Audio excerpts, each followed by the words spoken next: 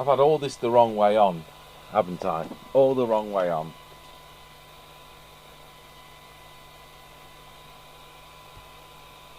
So, when I was adjusting the transmitter, it was there, there, and there, there, there, and there. The frequency set there. I've just done the detector, and I've adjusted there and there. So sorry about that. So now they want you to do 10, 11, and 12 is the IF.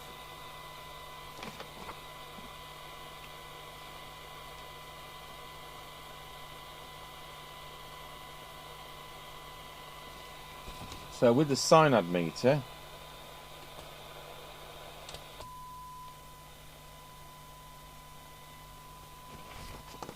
set that to about 4 dB, and then we'll see whether we can improve it. So I'll get that into my thick memory. 10, 11 and 12. So 10,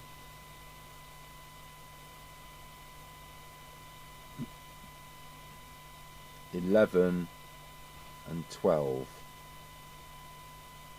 10, 11, 12.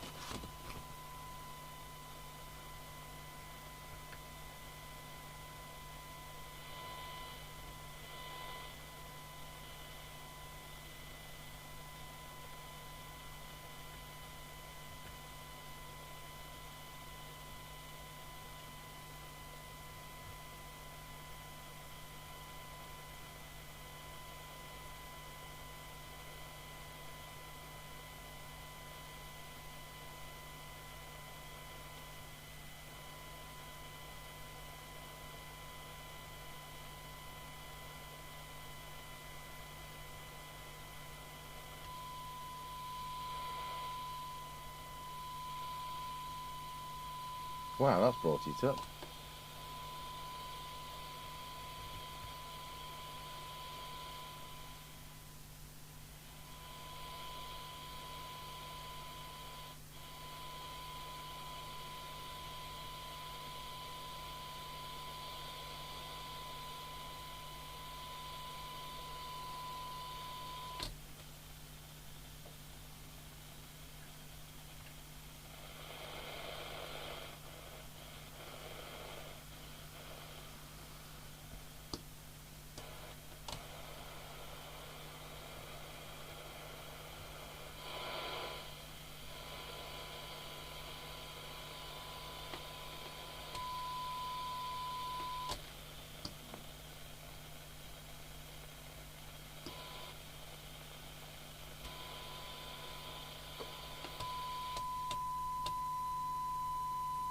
I'm just going to look at the shape of that on my oscilloscope.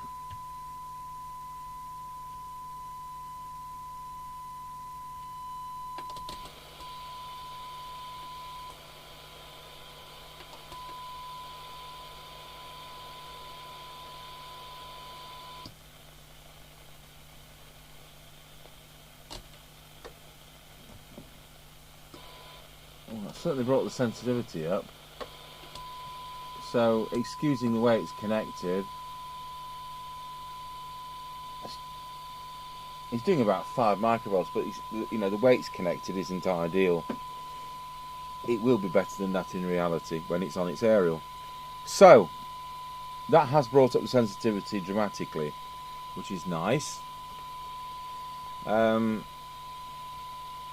Just check this squelch works. Yep.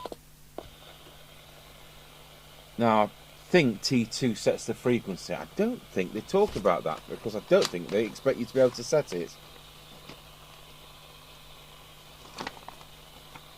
Because you need another signal generator to do that.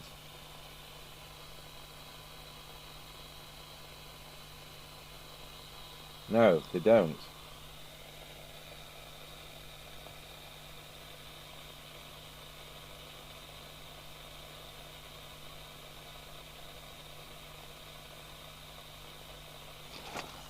Tell you what, they don't have you touch that one either.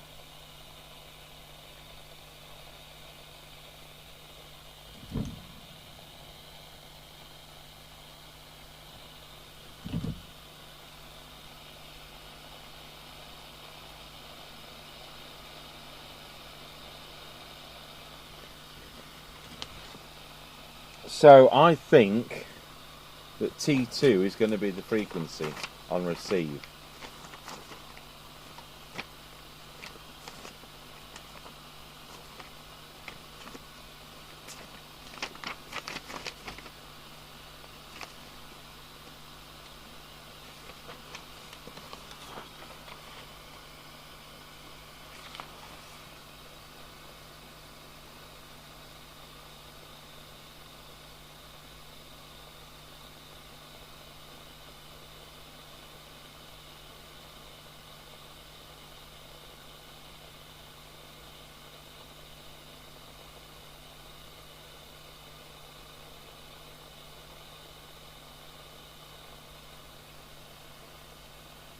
T10 would affect the frequency. Oh!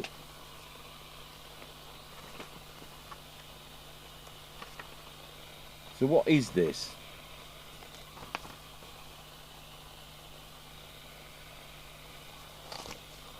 It's T2. So let's see what T2 actually does.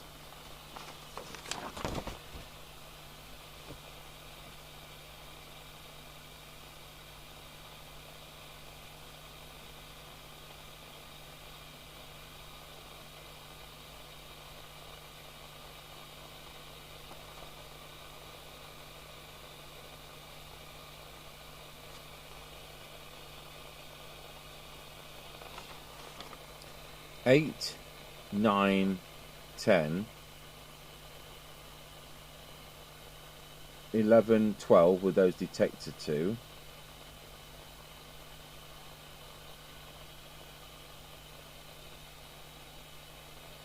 T2 is the 55 meg second harmonic trap, so we don't touch that. And we'll just look like what that is.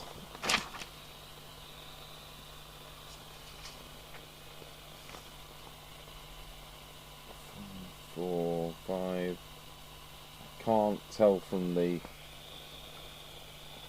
We've got 9, 10, 9, 8. It must be 7.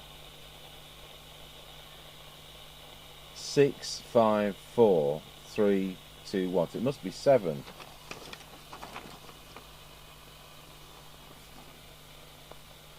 Yeah, it says 7. So let's see what that does.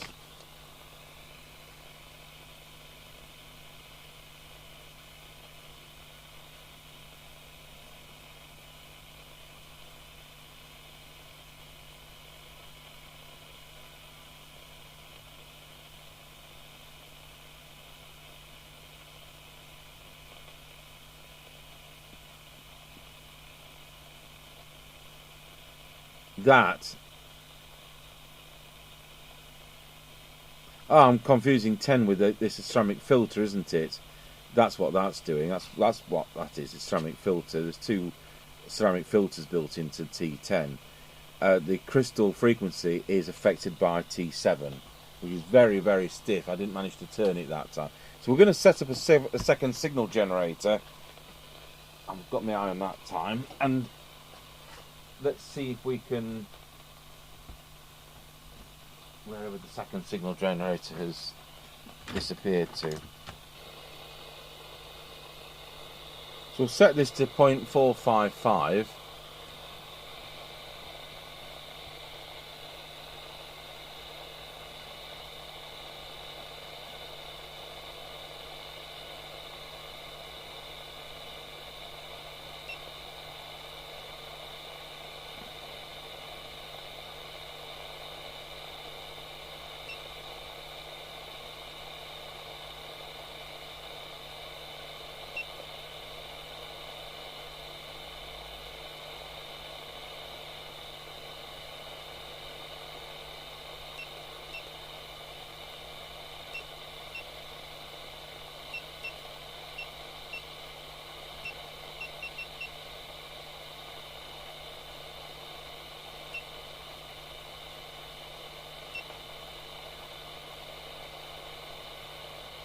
So there we are, we've got 0.455 there. So if I just plug in a BNC lead,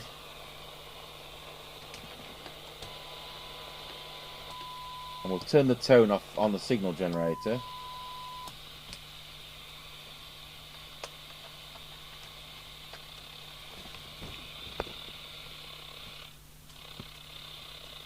It's actually spot on.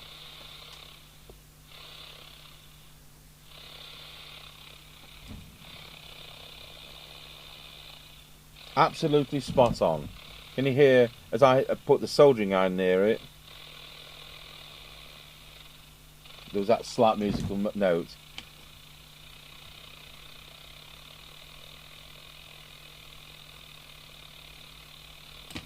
I don't touch it. It's one of those that's about broken, but it is spot on frequency. So that's nice to know.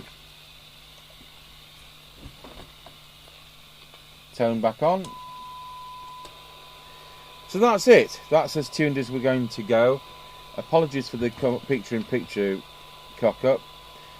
I'll just see if it is receiving on channel 14 at all, and that would be 2773125 on the signal generator. So that's 73125 actually coming through. And just as a courtesy, we will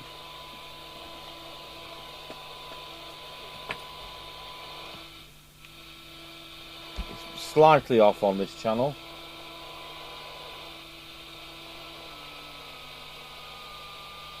$27,73114 it's receiving at, so it's well in spec. That works better than I thought it was going to. Good. That's pleasing. So I'm going to put some service oil switch cleaner on both these switches and put it back together.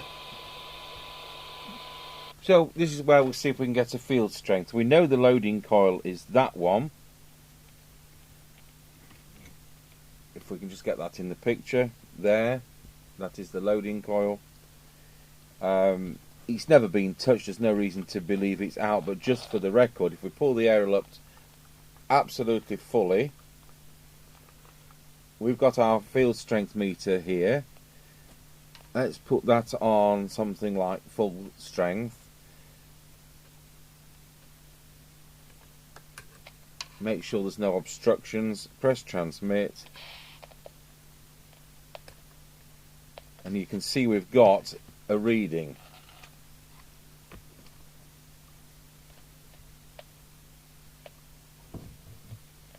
So what I need to do, I'll just melt the solder in that coil and put in the ceramic trimming tool.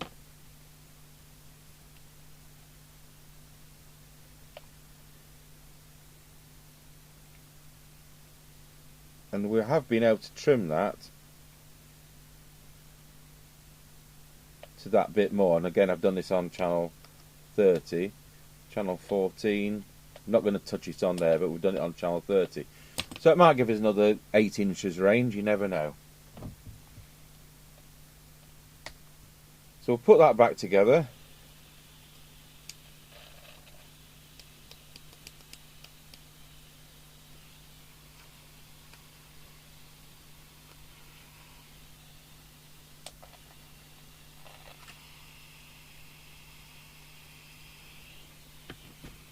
And the customer says, look at the other one anyway, and he's got a scrap one to use the aerial or something like that. So we'll put that meter back.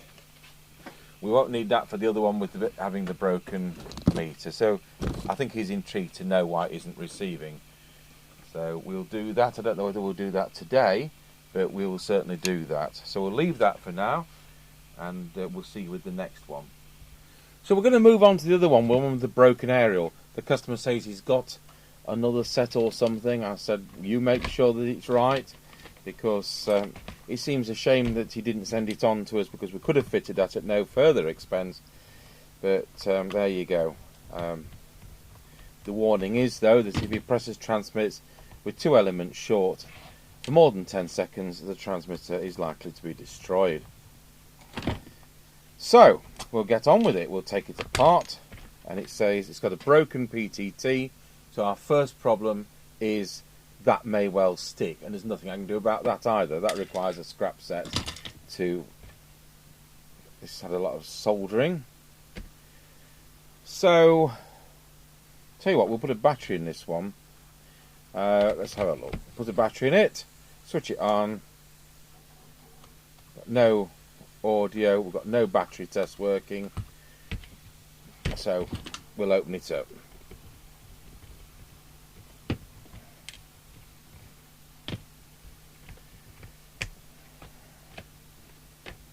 Speaker's loose.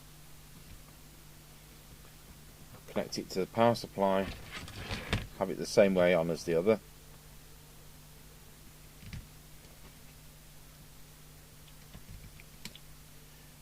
So it does power up, so those battery contacts must be dirty or compressed or something for it not to have powered up on battery.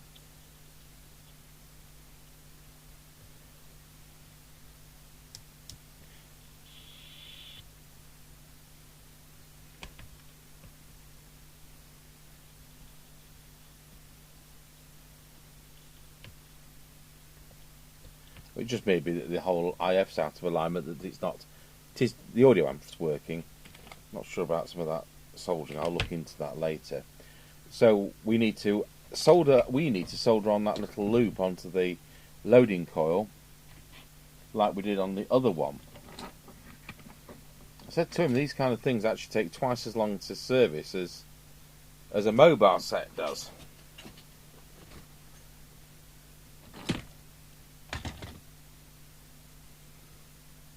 I'll just locate the coil.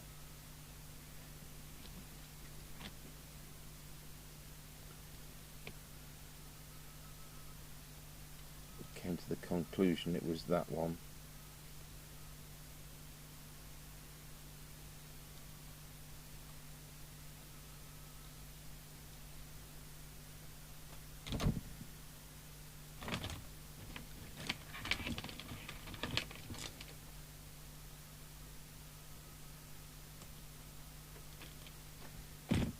Bend that over so the clip doesn't fall out.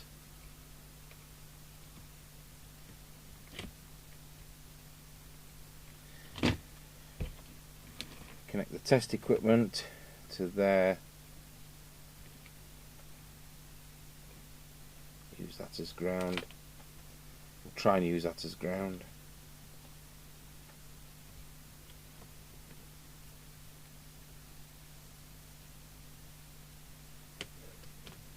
There we go. So press transmit. Is picture in picture on. It is now. Are we on the right camera? No, we're not. Now we want that in.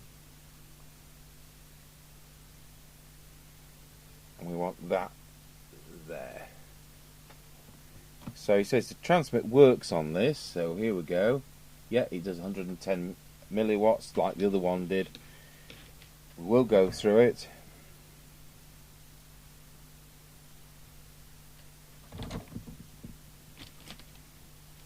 Press transmit.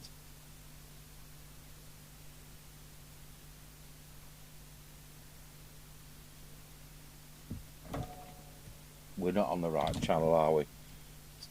Try it again on channel 30.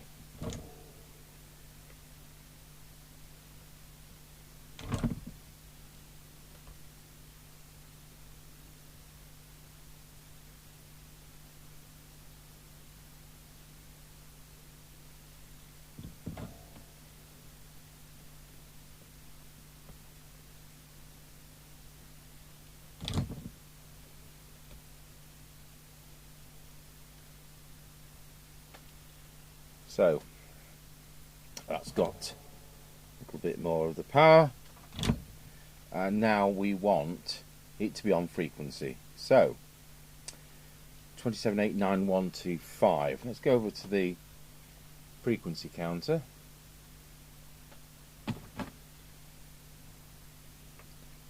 So 89125 is pretty way out. I've already forgotten which the trimmer is for. That's the instructions.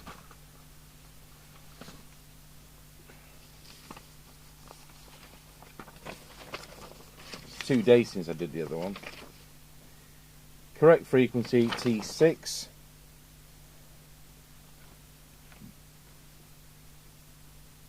T5, T7, T10, T9. Can't read it. To be the one I can't read, won't it? It always is. T6.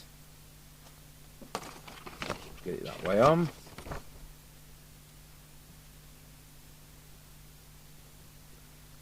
It's that one.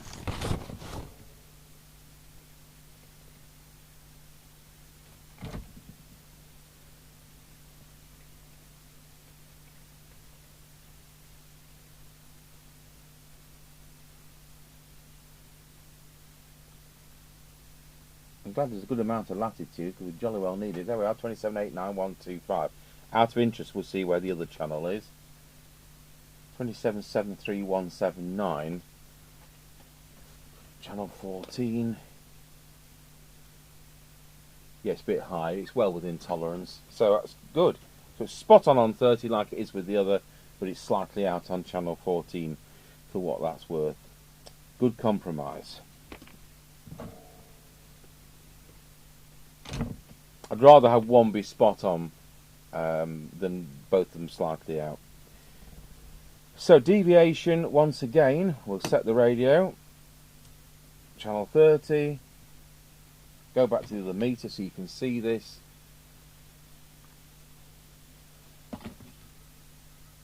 Wallow. So we'll press the call tone. See we've got 2 there. Turn the preset so we get 2.5. And that is full, so we can't go beyond that. Right, so now we're going to ordinary transmit. Wallow.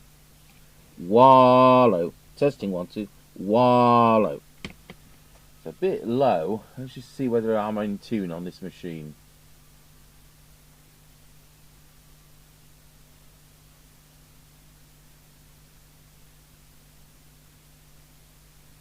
Yeah, I am.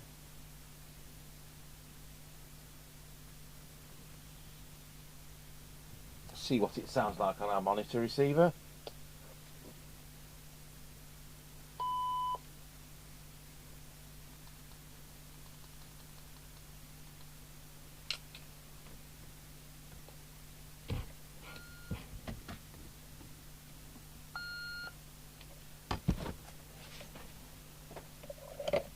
Testing 1, 2, testing 1, 2. Wallow. Wallow. Well, with that wallow, I did manage to get 2, so that's better than what new sets often do, so can't be bad. So I'm satisfied that transmit is done. Now, of course, it's got no receive, so let's have a look where we are on the frequency counter for the... Yep, we're spot on. Let's give it a good signal. So we can hear a bit of something.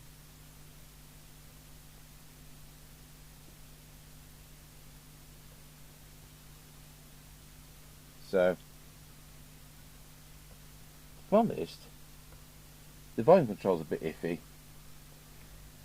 But I think we're going to have, this is going to be an alignment thing, so let's have a fiddle with the alignment until, to see if we get anything coming through. I can just hear it.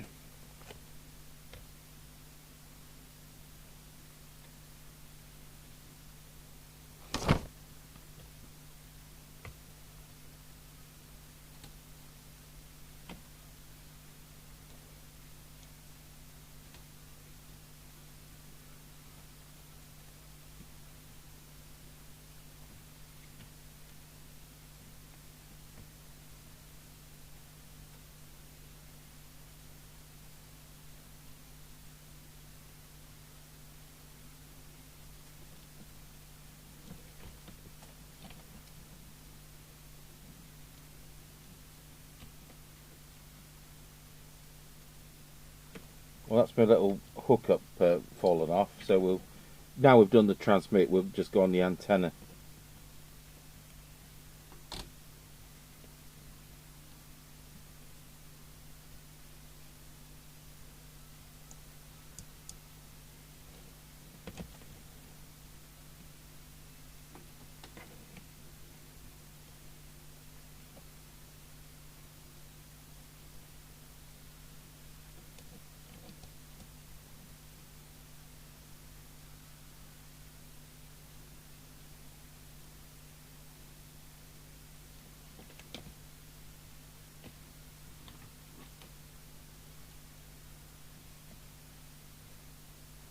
Well, to be honest, I can't hear the amplifier working.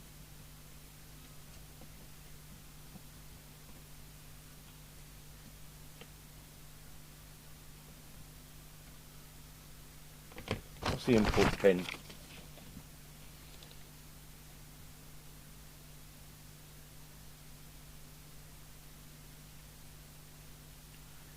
It looks like it's going in on pin 7.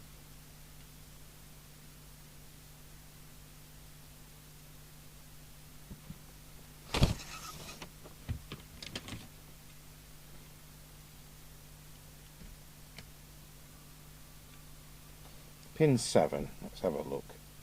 1, 2, 3, 4, 5, 6, 7.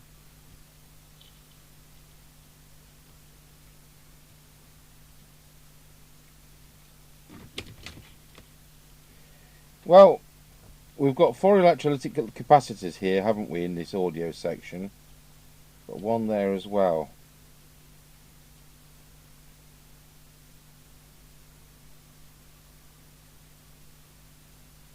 And this could be why the deviation is low as well. So we don't know whether we've had the experiment of shoving this on 12 volts, do we? But this volume control is a bit iffy as well.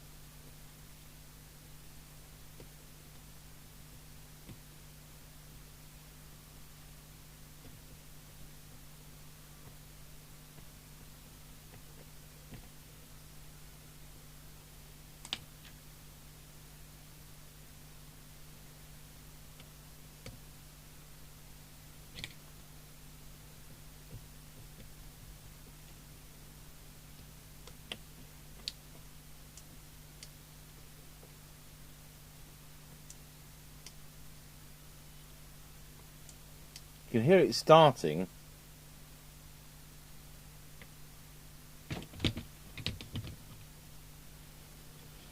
I think before we accuse the chip, I think the sensible thing would be to change those electrolytics.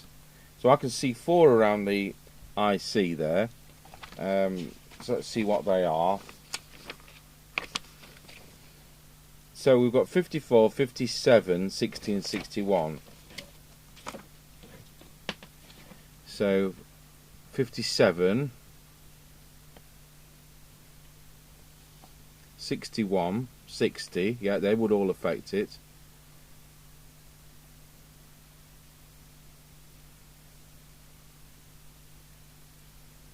That's 54. Have I misread that?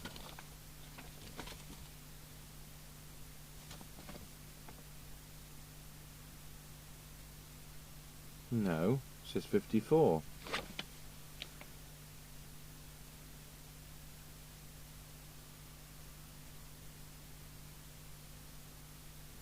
.54 is part of the power supply, so not 54. 58. Where's 58?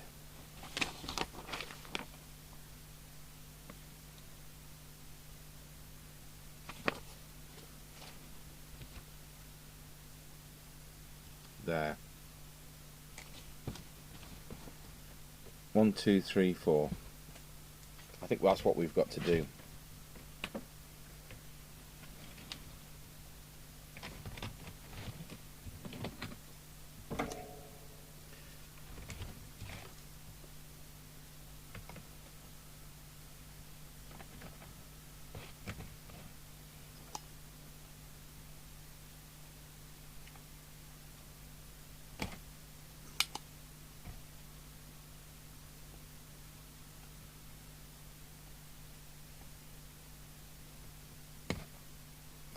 Right, we'll pause the video while I get on with that. Okay, so there we have receive. I've changed the audio chip for an RS one. That's the one that comes out. You just don't know what's happened, do you, in the past? So the volume control is working, and that's the audio we're getting out. So we'll start about doing a tune-up. So we'll get the sine meter connected to it.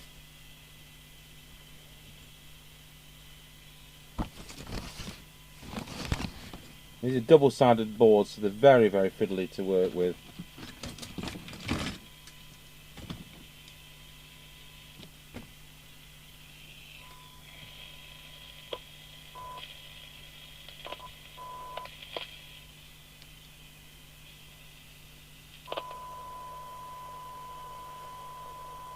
Right, and look at the sine meter. Let's see if we can do a bit of a tune-up. Get it on frequency.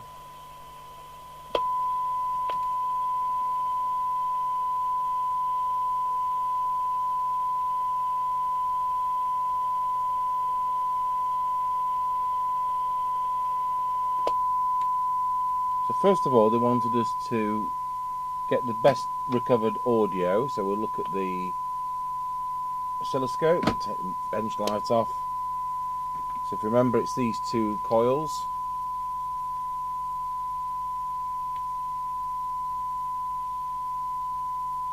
That's improved it. So that one was slightly out.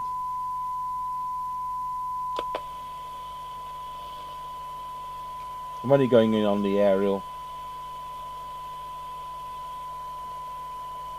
If we go in on the loading coil,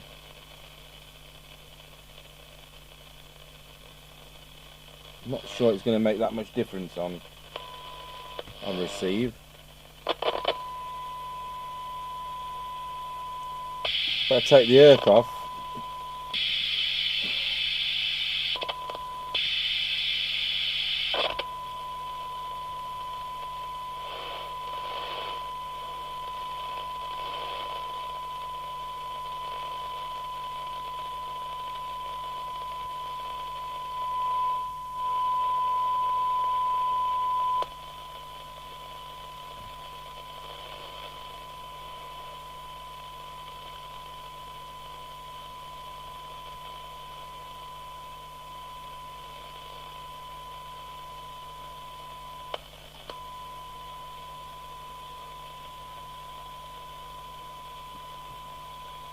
Alright, we'll see how on frequency it is. So we'll take the tone off. We'll get that other signal generator on. If I've plugged it in. Oh, it looks like I have. So I want it to 455.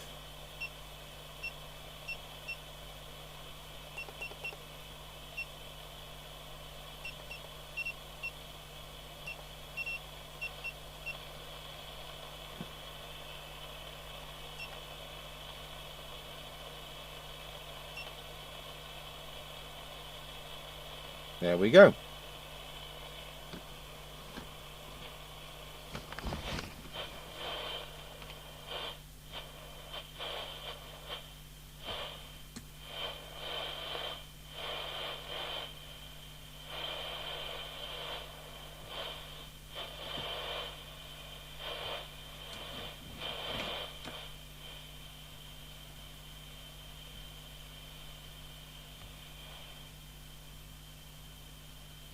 Why can't I get any tool in there?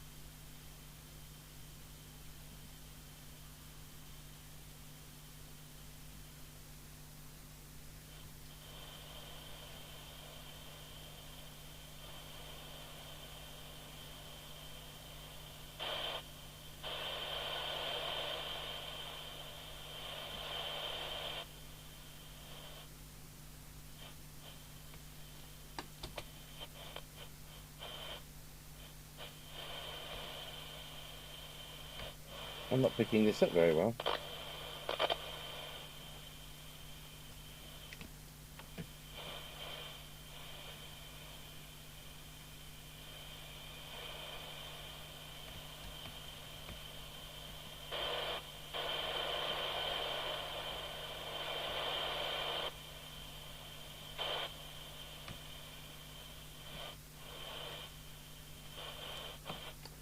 Put the tone back on.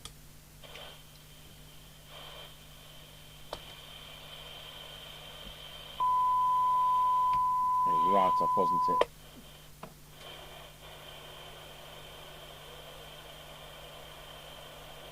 That's the musical note. So that's on frequency.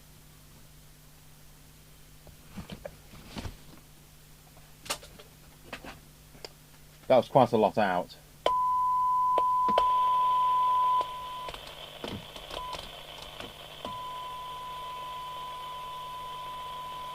Now, I think we had to adjust this one as well. We certainly did.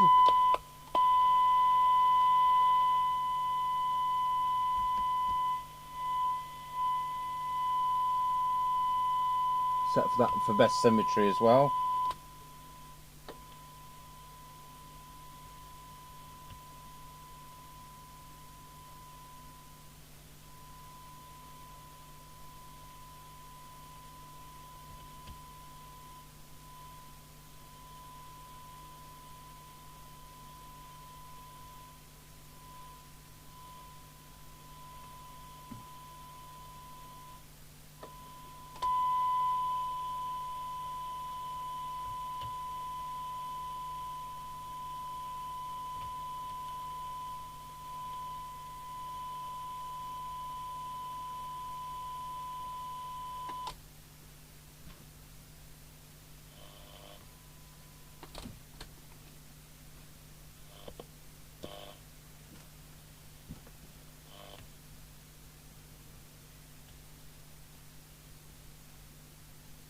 I've actually got no FM buzz on this.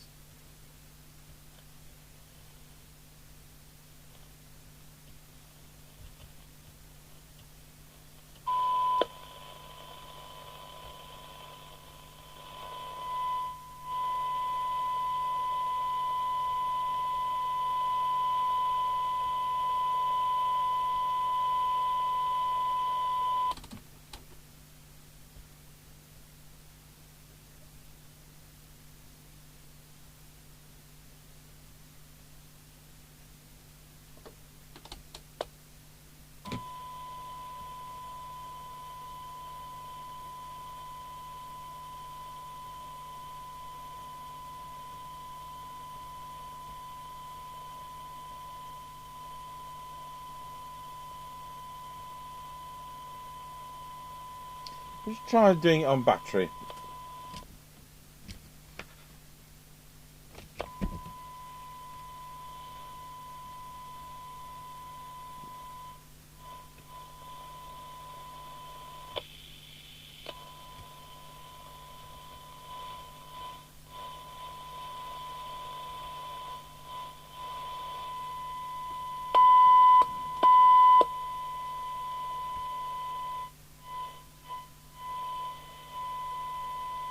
Right, we'll start again on those.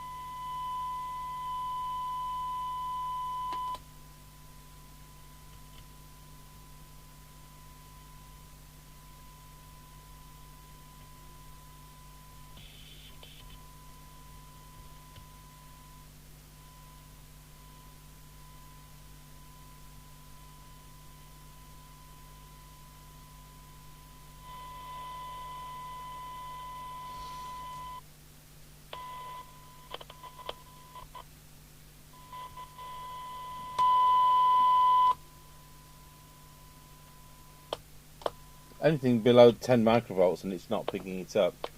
So don't know why it's not as noisy as it should be.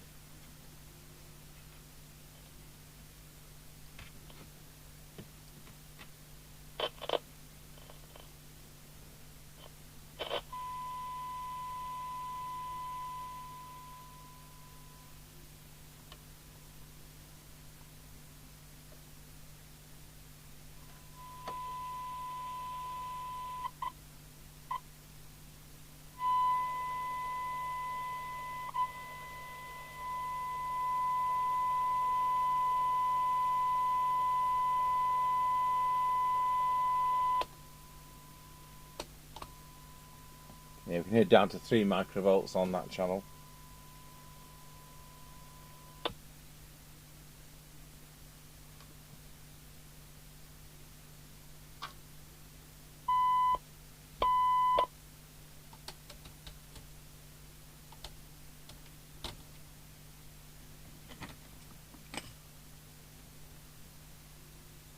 Yeah, I think we have to look at dry joints and that. It just not quite as sensitive as it should be, and we've got no FM hiss. But of course, it can be a plethora of more capacitors, can't it? We just don't know what's happened to it. I think it's been overvolted. I think someone's put 12 volts on it. So what I've done with this, and we'll just zoom in, is we've cleaned up the printed circuit board with isopropyl alcohol, where I've changed the LM386 audio IC.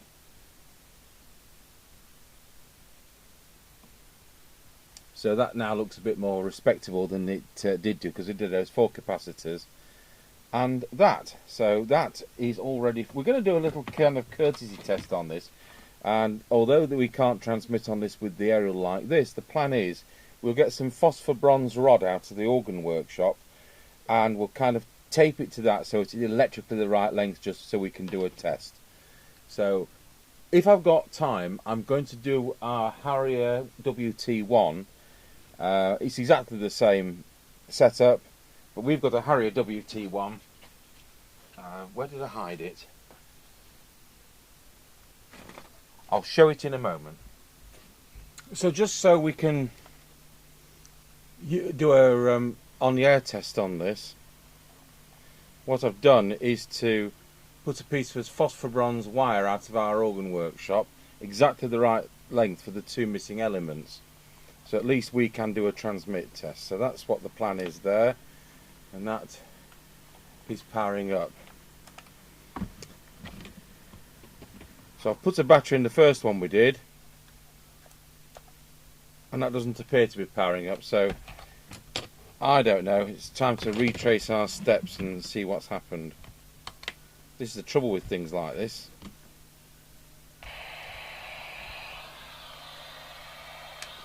Weird. Don't say our new battery's not new.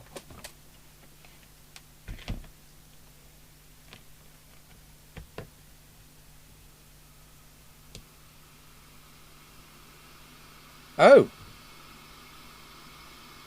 Our brand new battery isn't new. Oh dear. That shouldn't happen.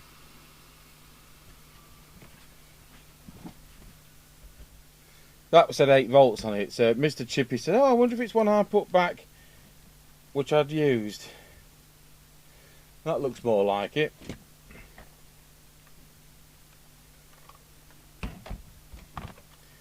So let's have a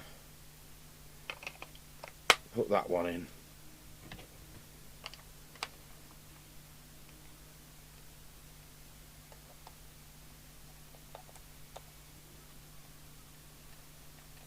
That's weird.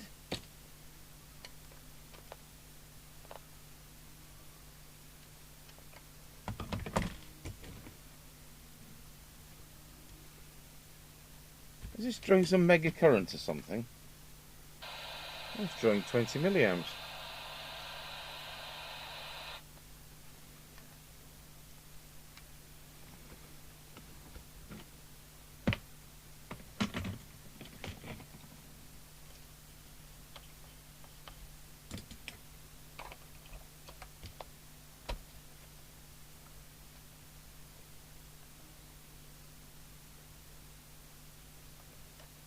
strange. Right, well, we'll try a different make of battery. Right, let's try with this.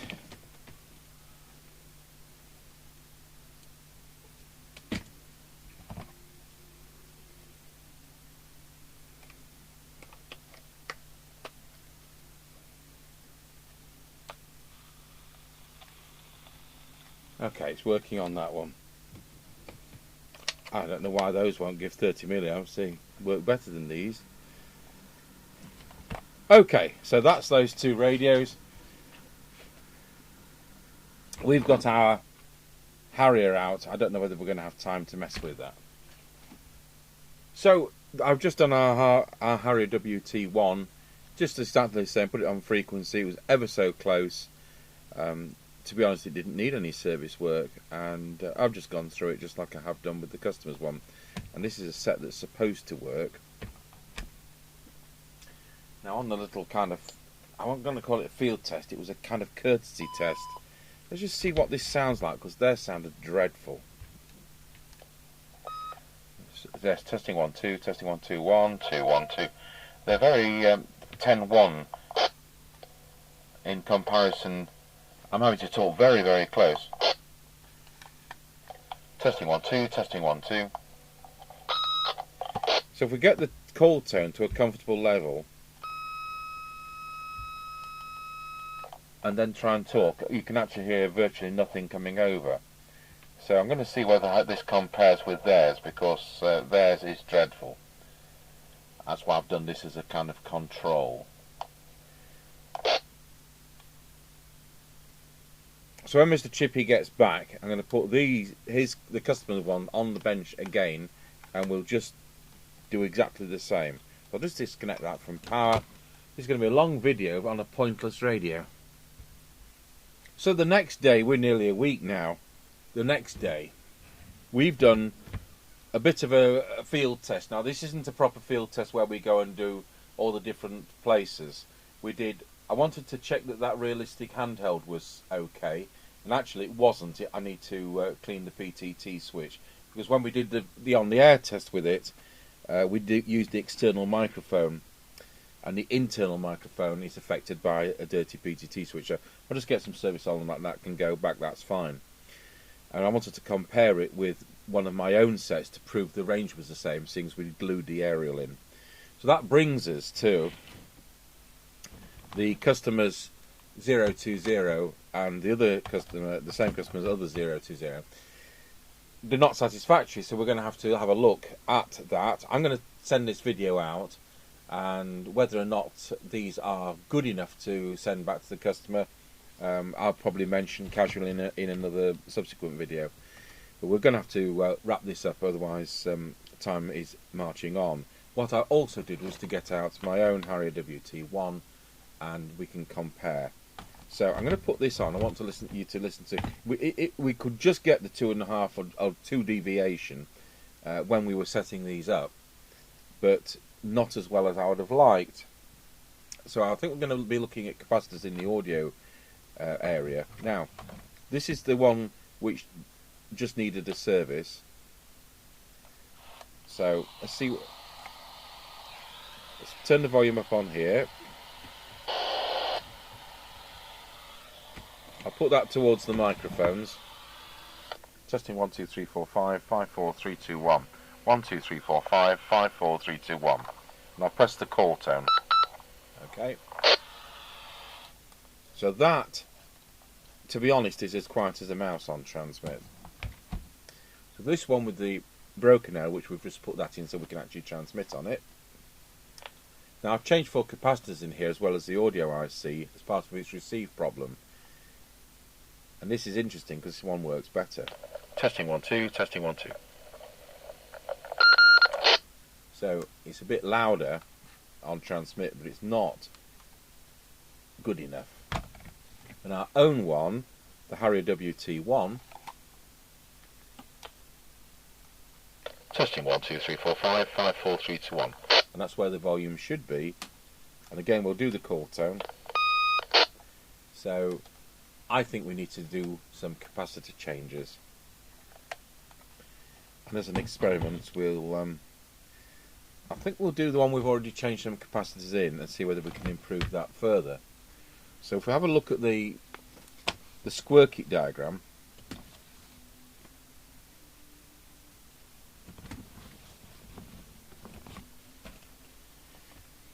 you'll see on the kind of field test. I'll publish that. I wasn't going to. It's just for our own internal testing, but I think we'll publish that.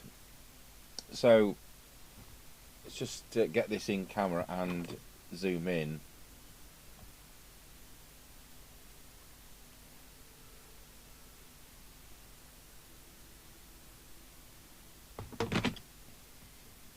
Let's have a look at this circuit. So, as part of the diagnosis for deciding to change the LM386 on receive, I thought we'll just check these capacitors are something near. In fact, we haven't actually tested them.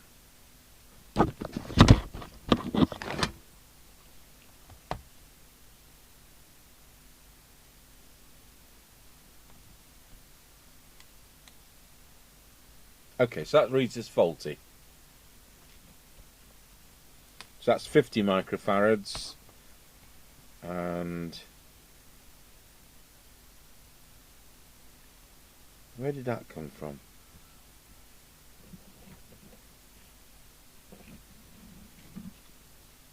I hope that's not off another job and I'm bamboozling you all. I can't see where it is, unless it's got 50 where it should have 100.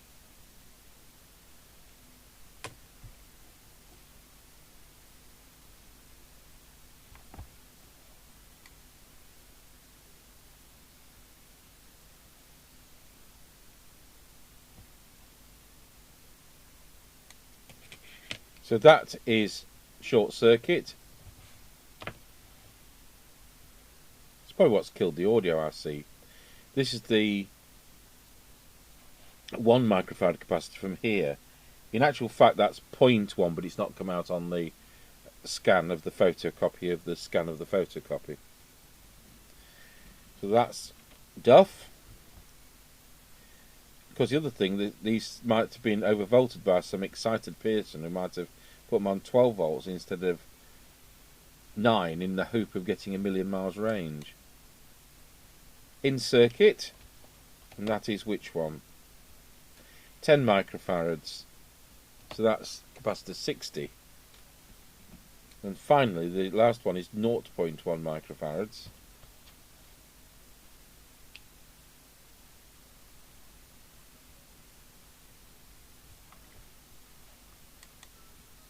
And also, oh, hang on, I've got that shorter. Just try again. No. So they're all duff.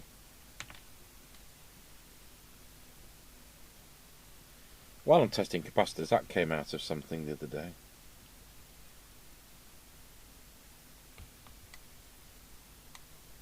That's more like it, you see. So I've changed that. It's 470. It was reading 486. So that would have been fine, but it's just that it's 40 years old and it's time to change it. So I just wanted you to know that the meter actually does work. So all 4 capacitors I took out from here are duff. So that's a good indication that we probably ought to change all the electrolytics in this product. So where's the loudspeaker? Well, it's used twice, isn't it? So we've got an electrolytic here.